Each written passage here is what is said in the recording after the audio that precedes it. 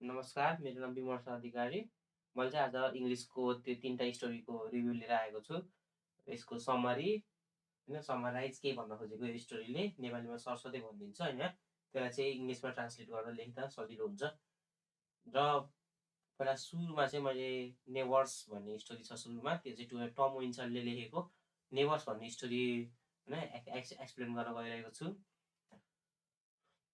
सुरुमा चाहिँ नेबर्स भन्ने स्टोरीमा चाहिँ होइन टम विल्सनले लेखेका हुन् है यो स्टोरी टम विल्सनले लेखेका हुन्। यसमा चाहिँ मेन क्यारेक्टर र होइन टपिकले सजेस्ट गरे जस्तै नेबर्सहरू हुन्छन् मेन क्यारेक्टर होइन। यङ म्यान र यङ वुमेन एउटा कपाल चाहिँ एउटा ठाउँमा घर सरेर गएका हुन्छन्। अनि उनीहरू चाहिँ घर सरेर जाँदाखेरि चाहिँ होइन पहिला सुरुमै अब जाने बित्तिकै अब नौलो ठाउँमा जाँदाखेरि चाहिँ होइन उनीहरूले फेस गरेको डिफिकल्टिजहरू होइन के छन् भनेर चाहिँ यो स्टोरीले चाहिँ एक्सप्लेन गरेको छ। अनि यो स्टोरीले चाहिँ होइन मान्छेको पुरानो सोचहरू हुन्छन् जस्तो ओल्ड प्याट्रियोटिक थिङ्किङलाई चाहिँ होइन पुरानो सोचहरूलाई चाहिँ अब इराडिकेट गर्नुपर्छ भनेर एउटा पक्ष त्यो पनि देखाएको छ है। जस्तो अब यङ म्यान र यङ वुमन चाहिँ एक ठाउँबाट अर्को ठाउँमा माइग्रेट भएर गइसकेपछि सुरुमा चाहिँ यिनीहरूले फेस गरेको डिफिकल्टीहरू चाहिँ के हो भन्दाखेरि चाहिँ पहिला सुरु चाहिँ अनि इरिटेटिङ हो जस्तो लाग्यो होइन। उनीहरू माइग्रेट भर्खरै भएर आएको उनीहरूको बोलचाल त्यति नभएको भएर चाहिँ उनीहरूले चाहिँ उनीहरूको नेबरसँग बोलचाल नभएको भएर अनि त्यही भएर चाहिँ नेबरहरूले गरिरहेको कामबाट त्यही पनि इरिटेट भइरह्यो नि। जस्तो अब उनीहरूको डग थियो होइन डगको बारेमा कम्प्लेन गर्ने अनि जस्तो त्यो अर्को नेबरले चाहिँ त्यो साउन्ड इरिटेटिङ साउन्डहरू बनाइरहने होइन। त्यहाँबाट चाहिँ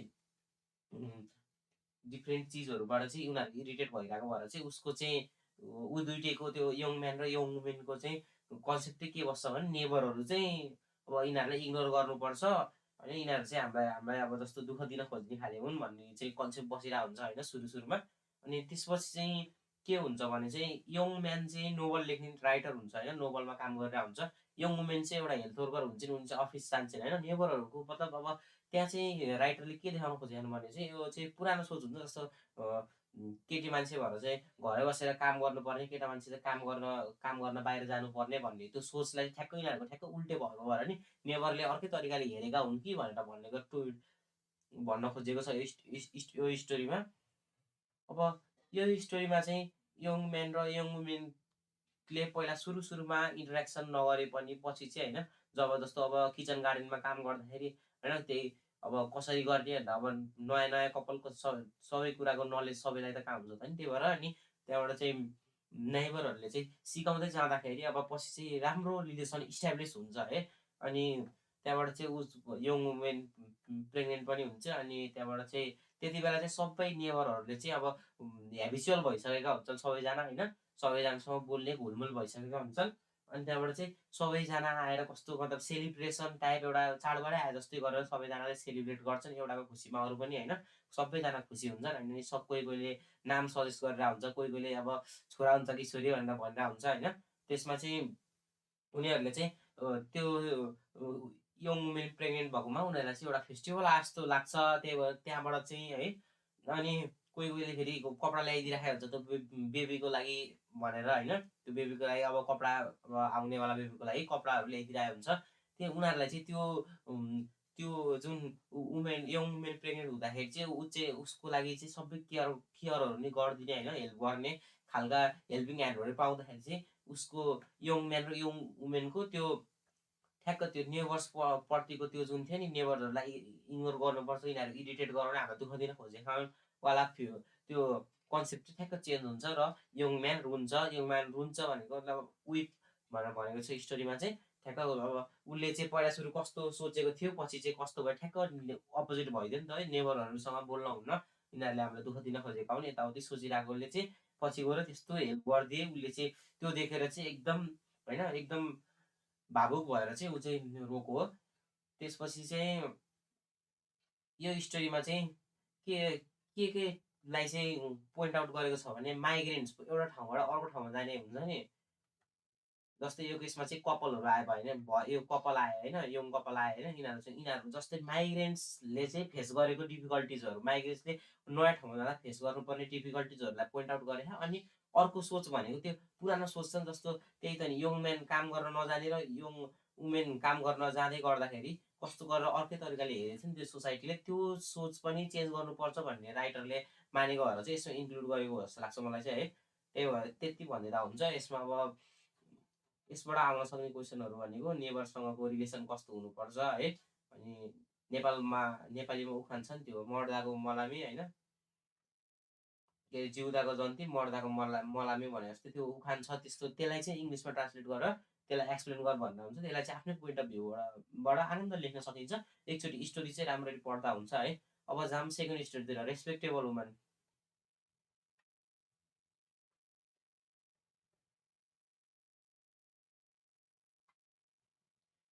रेस्पेक्टेबल वुमेन स्टोरीहरू चाहिँ है केट चपिनले लेखेको हुन्।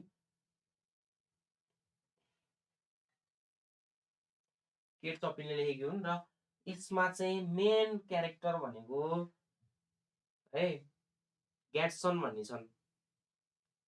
उनको थर चाहिँ बरोडा र ऊ चाहिँ म्यारिड छन्। म्यारिड उसको वाइफको नाम चाहिँ त्यसरी खुलाएको छैन, मिसेस बरोडा।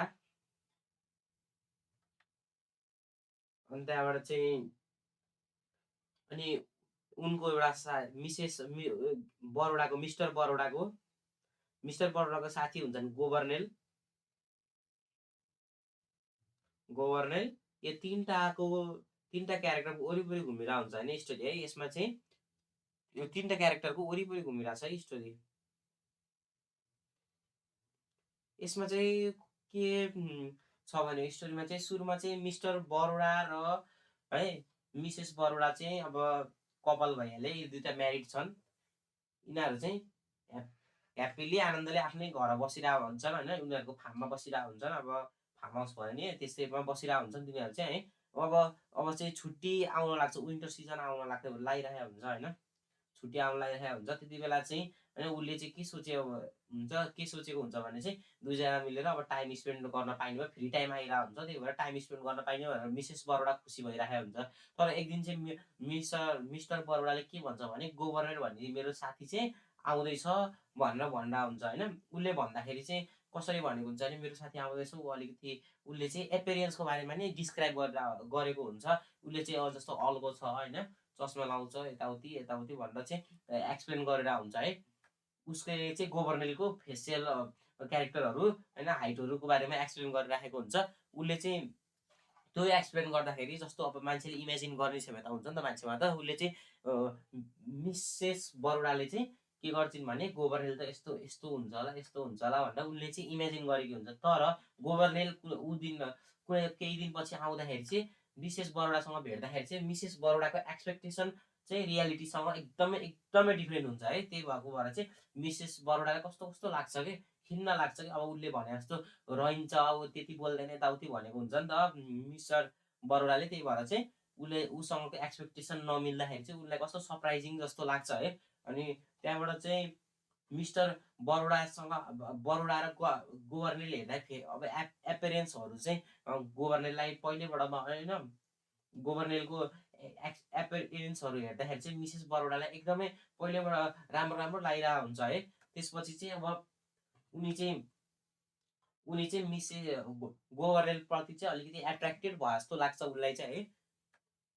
अनि त्यसपछि चाहिँ स्टोरीमा चाहिँ के देखाएको छ भने यो स्टोरीमा अनि गभर्नर आउँछ बस्छ अनि अब गभर्नरले त्यो फ्री टाइम स्पेन्ड गर्न आइरहेको हुन्छ होइन, उसको भ्याकेसनको टाइम स्पेन्ड गर्न आइरहेको हुन्छ। त्यति बेला चाहिँ अब त्यस्तै सडन इन्सिडेन्टहरूले गर्दाखेरि चाहिँ होइन मिसेस बरोडाको मनमा चाहिँ कुराहरू खेलिरहेको हुन्छ कि गभर्नर कस्तो छ यताउति भन्दा अब सोचेको भन्दा डिफ्रेन्ट निस्कियो, मनमा कुराहरू खेलाइरहेको हुन्छ राम्रो छ कि अब जस्तो ऊ नजिक आएर बसेको बेला बोलाम कि होइन गाला सुमसुमाम कि भनेर उसको चाहिँ मनमा कुराहरू खेलिरहेको हुन्छ है। तर उनले चाहिँ त्यो मनमा भएको कुरालाई कन्ट्रोल गरेर चाहिँ उनी चाहिँ आफूमा चाहिँ बाहिर नदेखाएर आफूमा चाहिँ रेस्पेक्टेबल वुमेन हो, म रेस्पेक्टेबल वुमेन हो भनेर चाहिँ आफूले आफ्नो फिलिङहरू के अरे सप्रेस गरेर चाहिँ उनले चाहिँ यो स्टोरीमा चाहिँ एकदम राम्रो क्यारेक्टरको रूपमा कस्प्ले गरेकी छिन् है।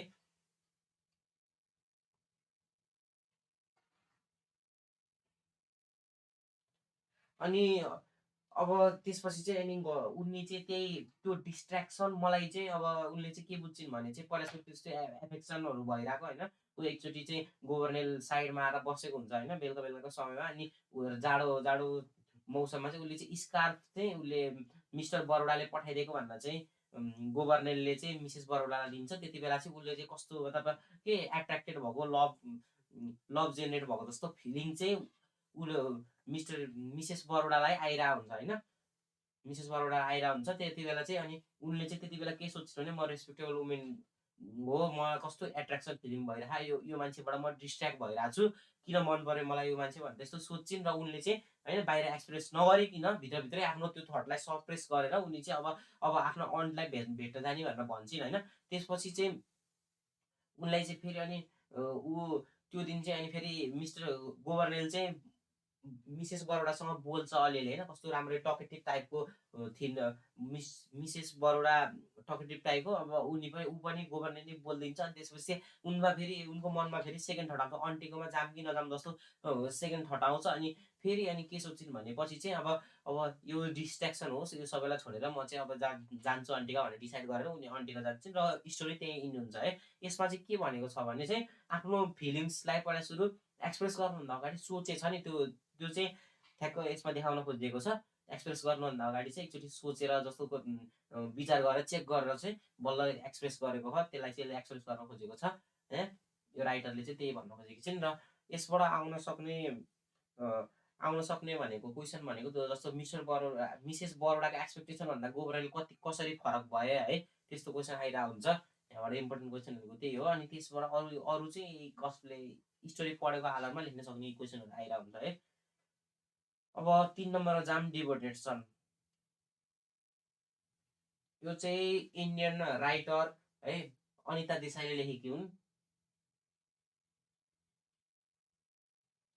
यसमा चाहिँ के देखाएको छ भने यसमा नि 3टा क्यारेक्टर छन्। मेन क्यारेक्टर चाहिँ के भने राकेश, ब्रह्मा